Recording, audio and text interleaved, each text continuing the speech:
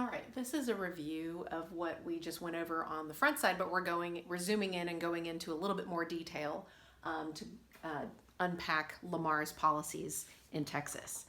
All right, first off, let's talk about how he dealt with the natives. So, as you remember from the front side, he wanted to drive all of the natives out of Texas, and so that is what he did. He drove the Cherokees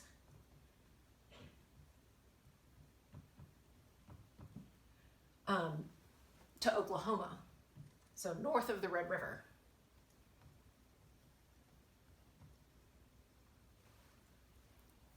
And then the Comanches, they actually tried to have peace talks with the Comanches because they had a lot of raids and a lot of skirmishes with the Comanches, and so they attempted to have peace talks with the Comanches, and then a fight broke out, the Council House fight, and then that eventually led to the Battle of Plum Creek, and so a lot of Comanches were killed.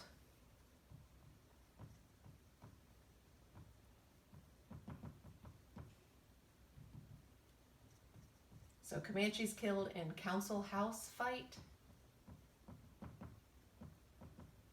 and the Battle of Plum Creek. So that helped to decrease the number of Comanche raids that had happened. However, of course, that still created a lot of tensions between the Comanches and the Texans. Now, Mexico. So in 1840, Lamar sent the Texas Navy down to Mexico to help the Yucatecan rebels who, I mean, as the name suggests, rebelling against the Mexican government. And of course, that created even more tensions with the Mexican government. Remember, Mexico was not accepting the treaties of Velasco that Santa Anna had signed. And even though he had signed and said that he promised to work with the Mexican government to recognize Texas independence, the Mexican government wasn't having any of it. And so now that Texas is helping more rebels down in Mexico with the Texas Navy, this is creating even more tension with Mexico. So, sent Texas Navy to Mexico, increased tensions with the Mexican government. All right, the capital. So you may remember from section 1 that the first capital was in Columbia, which was in the panhandle of Texas. And so they thought it needed to be in a bigger town. And so they created Houston. And so he actually moved the capital from Houston because they didn't like that region. Too hot, too muggy, too many mosquitoes. They didn't like the land there.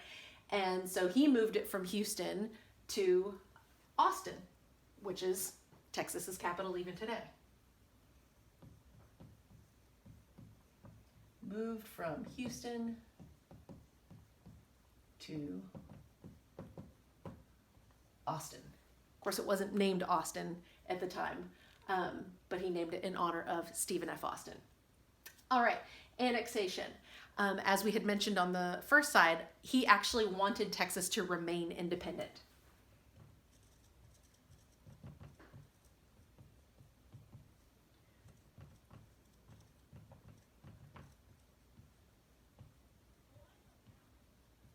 And he wanted to expand Texas's borders. He didn't really want Texas's borders to be contained within the Red River and the Rio Grande. He actually wanted Texas to go beyond the Rio Grande into New Mexico.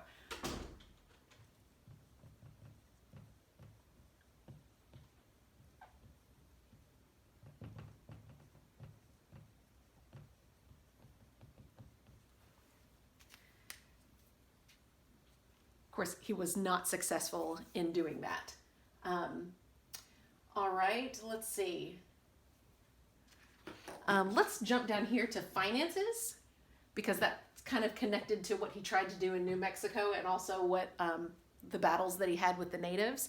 He spent lots of money on military expeditions and battles with the natives. Spent lots of money on military expeditions, namely the Santa Fe expedition, and that's where he basically tried to take over New Mexico. He sent people in there to demand them to be loyal to Texas, and of course they weren't having it, and the people that he sent ended up going to prison, and it was a disaster. So it was wasted money that they did not have because they were already in so much debt. So the Santa Fe expedition and battles with natives.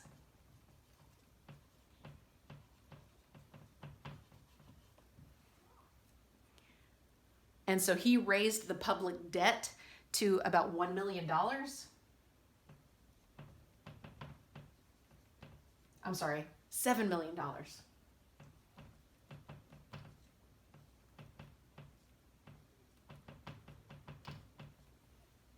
You may remember reading that the currency that they used were called redbacks because they had red print on the one side, and they were pretty worthless. So $1 of Texas money, of $1 of a redback, was actually worth about 2 cents at one point in US money.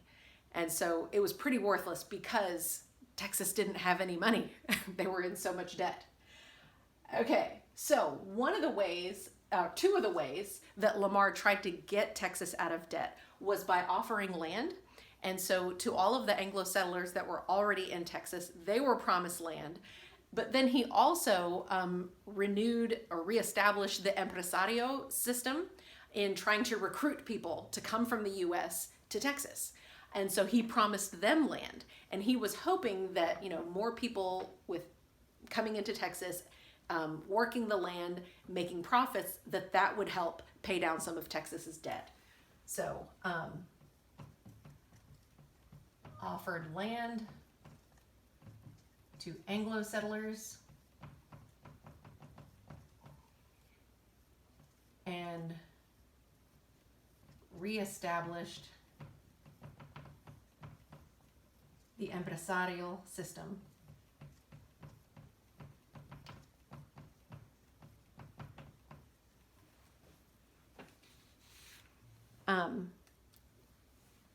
To pay off debts.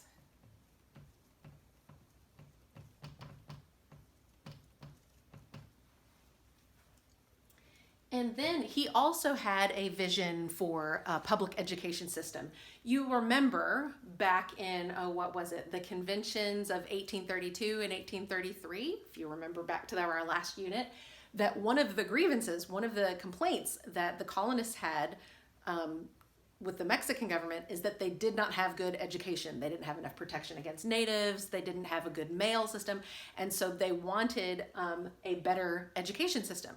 And so this was also listed in one of the grievances in the Texas Declaration of Independence, is to have a better public education system. So he had a vision for a public education system in Texas, but really believed that is what would make Texas into a great nation.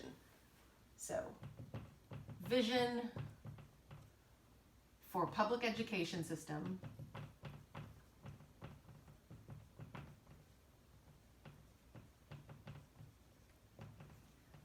to make Texas into a great nation. And because of this vision that he had for Texas, this is why Lamar is known as the father of education in Texas.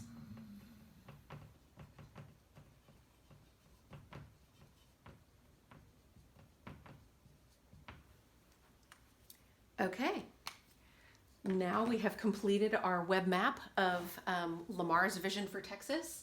So now what you need to do is scan both pages, or take a picture of both pages and copy them into a Google Doc or a Word document, save it as a PDF, and then upload it to ManageBack. Or use a scanning app on your phone, scan both pages, save it as a single file, and then upload it to ManageBack as a PDF. All right, thanks for listening.